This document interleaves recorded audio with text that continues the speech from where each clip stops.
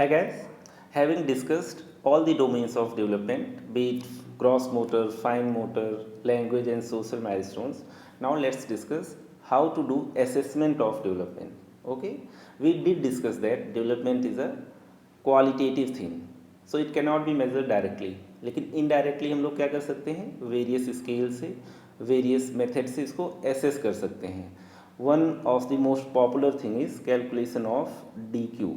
हम लोग बात करेंगे डेवलपमेंट कोसेंट के और कुछ स्केल्स की भी बात करेंगे, जैसे बेलीज स्केल हो गया, डेनवर्स स्केल हो गया. ओके, लेकिन प्री रिक्विजिट क्या है अगर हम लोग डेवलपमेंट को एसेस कर रहे हैं? The prerequisite is you must know corrected age. Okay, what is corrected age? You guys already know gestational age, right? Gestational age क्या होती है? इंट्रा यूट्राइन टाइम जो होता है दैट इज जेस्टेशनल एज. आप लोग LMP से भी कैलकुलेट कर सकते हो, एंटीनेटल अल्ट्रासाउंड से भी कर सकते हो, but best way to assess is modified Ballard scale. Okay, चलो ठीक है, उसको बाद में डिस्कस करेंगे. अगर मान लीजिए मैंने कह दिया this is less than 37 weeks, less than 37 week gestational age, हम लोग क्या कह देते हैं? Pre term. ओके, इसी तरीके से 37 से 42 वीक है, वी कॉल इट टर्म. तो ऑन एन एवरेज जो टर्म बेबी होगा हम लोग क्या कह देंगे? 40 वीक्स ऑफ जेस्टेशनल एज का होगा. ओके, अब यहाँ पे अगर मान लो मैं प्री टर्म की बात करूँ, राइट, एक प्री मैच्योर बच्चे में अगर मैं कहूँ सर्वाइवल के लिए फ़ाइट करना पड़ेगा, बिल्कुल सही है, राइट, और ये 6 मंथ का हो जाए तो भी हो सकता है इसकी एक्चुअल एज 6 मंथ ना हो, because this is a pre term guy. तो हम लोग कहेंगे मान लो 6 मंथ हो गए डिलीवरी से, that is chronological age, that is postnatal age. Chronological age, मान लो मैं भूल गया कि कोई टर्म है कि प्री टर्म है, आज डिलीवर हुआ है, 6 मंथ के बाद उसकी क्या एज होगी? 6 मंथ का होगा, that is chronological age, that is postnatal age. मान लो कोई बच्चा आज डिलीवर हुआ है, 5 दिन के बाद क्या होगा? 5th पोस्ट नेटल डे का होगा. ओके, तो that is postnatal life या पोस्ट नेटल एज. हमें क्या कैलकुलेट करना है? Corrected as.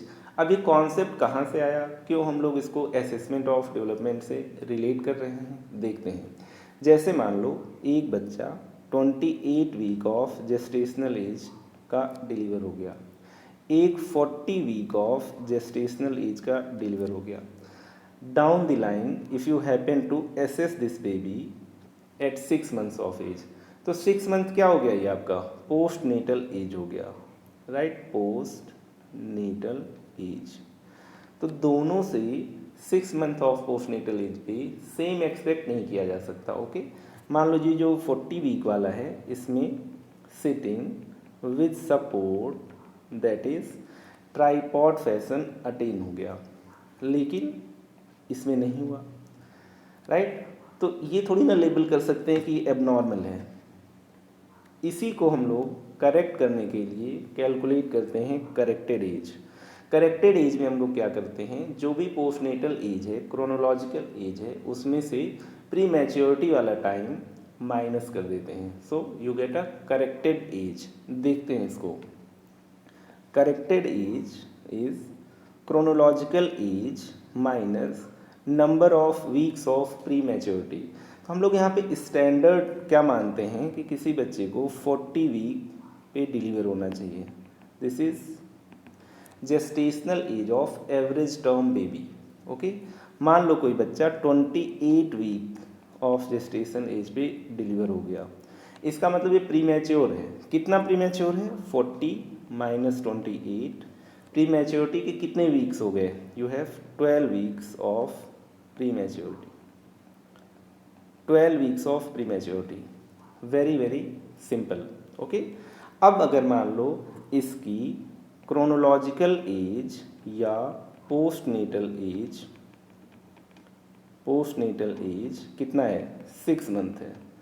तो करेक्टेड एज कितनी होनी चाहिए? करेक्टेड एज होनी चाहिए 6 मंथ माइनस 12 वीक, कितना हो जाएगा? 3 month, minus 3 month, it is equal to 3 month. Okay, तो इसका मतलब करेक्टेड जेस्टेशनल एज के अकॉर्डिंग 3 मंथ पे क्या माइलस्टोन्स मिलने चाहिए? Neck holding. तो भले ही ये बच्चा 6 मंथ का हो जाए, राइट, इसको एसेस कितने एज का मान के करोगे, corrected age that is of 3 months. I hope you guys got this point. Okay, अब इसी करेक्टेड जेस्टेशनल एज से हम लोग क्या देखते हैं, रेड फ्लैग साइंस। ओके, तो the upper limit of attainment of milestones. Okay, तो काफ़ी एजुकेटेड पेरेंट्स जो होते हैं ना, काफ़ी पीडियाट्रिशियंस को बॉदर करते हैं कि बच्चा अभी बोलता नहीं है, बच्चा अभी किस नहीं करता है, ओके, बच्चा अभी बहुत ज़्यादा इंटरेक्ट नहीं करता है, समथिंग लाइक दैट, उनका बच्चा तो ये कर लेता है। ओके, और एक और वरीसम चीज़ होती है, किसी को अपना बच्चा मोटा नहीं लगता, राइट, कितना भी मोटा बच्चा हो जाए, राइट, मदर के लिए वो हमेशा पतला रहता है। एज अ पीडियाट्रिशियन अगर किसी के बच्चे को मोटा बोल दे रहे हो गलती से भी, बहुत ही ऑफेंड फील करते हैं पेरेंट्स। ओके, इसमें मोटा तो कभी बोलना ही नहीं है, राइट। चलो ठीक है, उसको छोड़ो, let's talk about red flag science. कहाँ से कैलकुलेट करोगे, करेक्टेड एज को देखते हुए।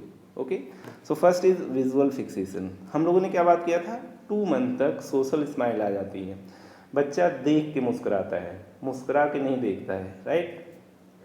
हम लोग कहेंगे by latest of 2 months visual fixation should be established. एक मान लो लाइट सोर्स होगा, ब्राइट लाइट होगी, बच्चा उसको क्या करेगा, वहाँ पे फिक्स करके विजन फॉलो करेगा उस ऑब्जेक्ट को। So this should be attend, right, latest by the age of 2 months. इससे ज़्यादा लेट हो गया मतलब कुछ ना कुछ वरीइंग फैक्टर आ गया, आगे चल के इसको इवेलुएट करना चाहिए, राइट। तो हम लोग कहते हैं visual fixation by 2 months. Neck holding, neck control भी 6 मंथ तक आ जाना चाहिए, उसके बियॉन्ड है तो हम लोग क्या कहते हैं, ये भी आपका रेड फ्लैग साइन है। इसी तरीके से producing sound, vocalization by the age of 6 month हो जाना चाहिए।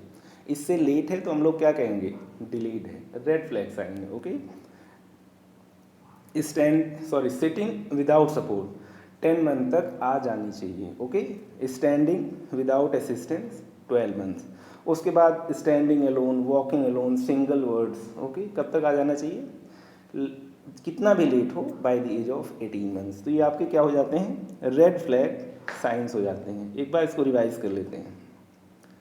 हम लोग सबसे पहले क्या करते हैं, विजुअल फिक्सेशन। विजुअल फिक्सेशन कब तक हो जाना चाहिए, कितना भी लेट हो 2 मंथ तक। ओके, इसके अलावा हम लोग हेड या नेक कंट्रोल, जैसे नेक होल्डिंग वगैरह है, by the age of 6 months. Vocalization कब तक हो जाना चाहिए, 6 months. Sitting without support 10 months. Okay, standing with assistance 12 month. Okay, इसके अलावा हम लोगों ने लास्ट के तीनों को अप्रॉक्सीमेट कर दिया यहाँ पे, कितना, इनको 18 मंथ मान लो। ओके, तो standing alone, walking alone, single word, बच्चा एक भी सिलेबल नहीं बोला। ओके, 18 मंथ तक हो गया, neither monosyllables, disyllables, nothing, this is worrisome. Okay, further evaluation होना चाहिए। ये आपके कुछ रेड फ्लैग साइंस हैं, याद रखना है इनको। ओके, अब यहाँ पे असेसमेंट का एक मेथड है, you can calculate DQ, development quotient. जैसे इंटेलेक्ट के लिए इंटेलिजेंस कोसेंट है, राइट, वो भी नहीं कैलकुलेट करेंगे, डेवलपमेंट कोसेंट है, right, for assessment of development. सारे डोमेन्स के लिए इसको अप्लाई कर सकते हो। फॉर्मूला क्या है, developing age divided by chronological age into 100। अगर DQ ग्रेटर देन 85 है, 100 है, वेल एंड गुड, तो भी हम लोग कहेंगे नॉर्मल है। DQ लेस देन 70 है तो हम लोग कहेंगे यहाँ पे सीवियर डिले। ओके, इसका मतलब बच्चा पीछे चल रहा है। ओके, या तो मैचुरेशन ऑफ ब्रेन नहीं हो रहा है, या तो कोई और प्रॉब्लम है, मतलब कुल मिला के डेवलपमेंट एक्सपेक्टेशन से काफ़ी पीछे है। Okay, severe delay. अगर ये 2 या 2 से ज़्यादा डोमेन में क्या हो, जैसे फाइन मोटर, ग्रॉस मोटर, दोनों में, या मान लो फाइन मोटर और लैंग्वेज में, 2 डोमेन्स में डेवलपमेंट कोसेंट क्या हो, लेस देन 70 हो, तो हम लोग इसी को कह देते हैं ग्लोबल डेवलपमेंटल डिले। अक्सर सेरेब्रल पैल्सी के पेशेंट्स में ये चीज़ें मिलती हैं। ओके, कैसे कैलकुलेट करते हैं, और इजी तरीका देखते हैं, DQ, राइट। तो हम लोग यहाँ पे क्या कहेंगे, average age of that milestone, average age of that milestone divided by observed age of that milestone into 100। काफ़ी सिंपल है। जैसे मान लो एग्जाम्पल ले लेते हैं हम लोग, किसी में standing with support as a milestone, motor milestone मैं लेके चल रहा हूँ, और किसी बच्चे में ये अटेन हुआ 4 ईयर पे। ओके, तो एवरेज एज क्या होनी चाहिए, कब अटेन हो जानी चाहिए? जो हम लोगों ने देखे हैं माइलस्टोन्स, एवरेज एज 1 ईयर। और बच्चे में जो ऑब्जर्व किया आपने वो किस एज पे आया है? 4 ईयर इंटू 100 कितना हो गया?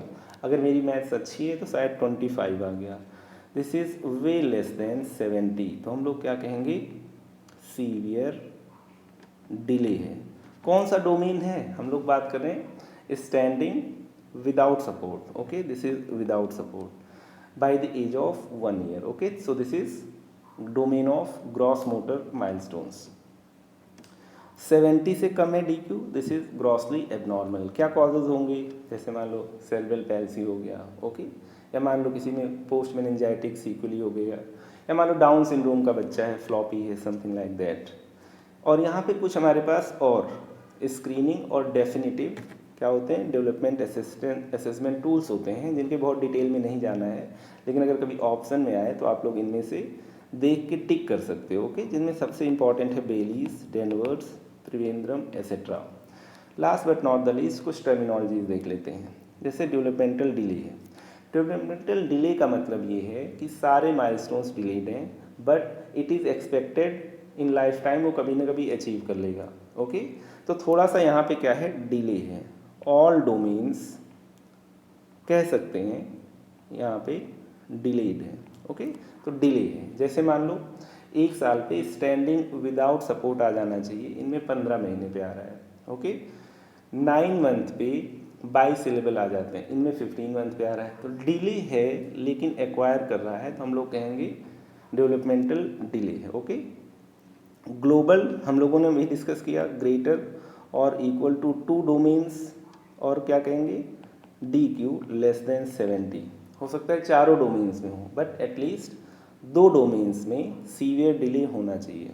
Then you have development deviance which is always abnormal, development dissociation and developmental regression. सबसे पहले रिग्रेशन की बात कर लेते हैं। ओके, रिग्रेशन में क्या होगा? जो माइलस्टोन्स आए होंगे वो भी चले गए होंगे। ओके, हम लोग कहेंगे this is neuro regression. Okay, जैसे मान लो कुछ न्यूरो डिजेनरेटिव प्रॉब्लम्स हो, example leuko dystrophies. Okay, brain degenerate हो रहा हो, एक तो डेवलप होते हैं माइलस्टोन्स आते हैं और डिजेनरेट होगा। ओके, तो क्या होंगी? रिग्रेशन ऑफ माइलस्टोन्स हो सकता है। रही बात डेविएंस की, रही बात डिसोसिएशन की। ओके, डिसोसिएशन का मतलब कि कुछ डोमेन्स में बिल्कुल डिले ना हो और कुछ डोमेन्स में काफ़ी डिले हो। जैसे मान लो अगर एक बच्चा ऑटिज़म का है तो जाहिर सी बात है इसमें फाइन मोटर भी होगा, ग्रॉस मोटर भी ठीक ठाक होगा, लेकिन सोशल माइलस्टोन्स या लैंग्वेज माइलस्टोन्स पीछे हो सकते हैं। राइट, तो मैं क्या कहूँगा यहाँ पे? Gross motor normal, fine motor absolutely normal. Okay, हो सकता है बच्चा बहुत इंटेलिजेंट भी हो, IQ बहुत अच्छा है, लेकिन सोशल माइलस्टोन्स क्या होंगे? डिलेड होंगे। डिलेड, काफ़ी एटीट्यूड वाला बच्चा होगा। Okay, autism. इसी तरीके से डेवलपमेंट डेविएंस है, ये भी एबनॉर्मल है। हम लोग कहेंगे कभी कभी जो सीक्वेंस ऑफ माइलस्टोन्स होते हैं उनसे कुछ डेविएशन मिल जाता है। जैसे क्या होना चाहिए कि पहले नेक होल्डिंग आना चाहिए, फिर रोलिंग ओवर आना चाहिए, फिर ट्राइपॉड फैशन आना चाहिए, फिर सिटिंग विदाउट सपोर्ट आना चाहिए, समथिंग लाइक दैट। डेविएशन में क्या हो गया? ये ऑर्डर गड़बड़ हो गया, दिस इज़ एबनॉर्मल। ओके, जैसे मान लो एक सेरेब्रल पैल्सी का बच्चा है, क्या होता है? बहुत ज़्यादा टोन ज़्यादा हो सकती है। ओके, ऑपिस्टोटोनस हो सकता है कभी कभी टोन इतना ज़्यादा इंक्रीज हो जाए कि उसमें रोलिंग ओवर आ जाए, नेक होल्डिंग आए ही ना। Right, something like that. So this is development deviance. So I hope you guys understood whole concepts related to development. You have memorized all the milestones and you know all the anomalies, and you also know how to assess development. That's all. Bye. Take care.